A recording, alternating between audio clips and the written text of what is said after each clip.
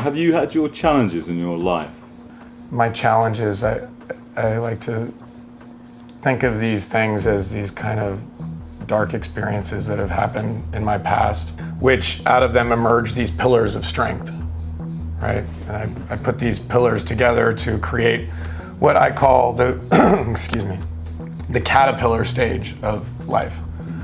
And so as a caterpillar, what I experienced was, at a very early age, I had young parents that, were doing their best that they could as divorced parents who run their own lives and also raise a child.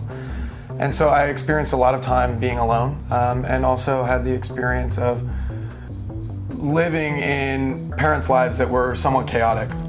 Around the age of 5, I was like the last kid picked up from school every day. And I remember one day, coming to the conclusion as the teacher was looking down on me like, angry because it's like in the after school program that ends at 5 and I'm there at 5:30. And the teacher is like, I want to go home.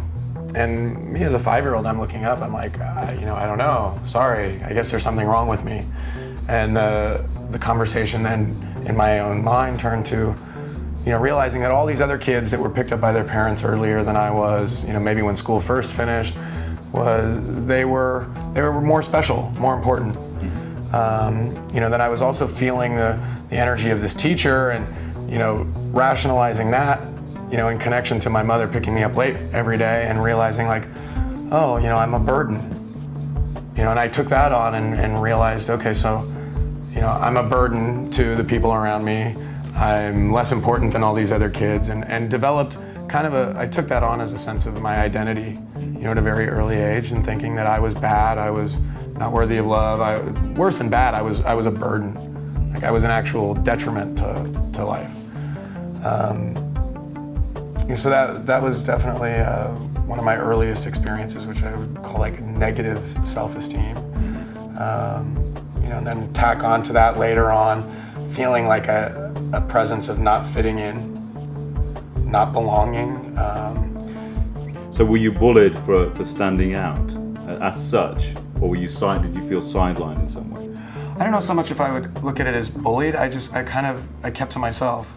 I didn't relate to children on the same level.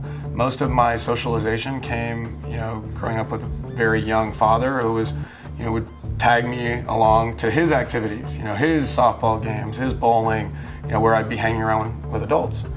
And I remember one of my earliest, memories of him in regards to being in these situations is you're going to be around a bunch of adults, you're going to be expected to act like an adult. So from a very early age, I took that on, and so then kind of being able to engage with kids was challenging for me. From all of those things and being left with so much time alone, I went very much into my mind, and used my mind to kind of detach from the pain of this idea that I was less important or less worthy of love. And with that, I became very observant and kind of shy. I took on this property of not. Wow. Yeah, not. Shock. Yeah. Well, yeah, I've definitely worked through that to some degree, but I, still have some of those ghosts to work with on a regular basis. And this whole idea would be misperceived by, other kids as being stuck up. I was very intelligent.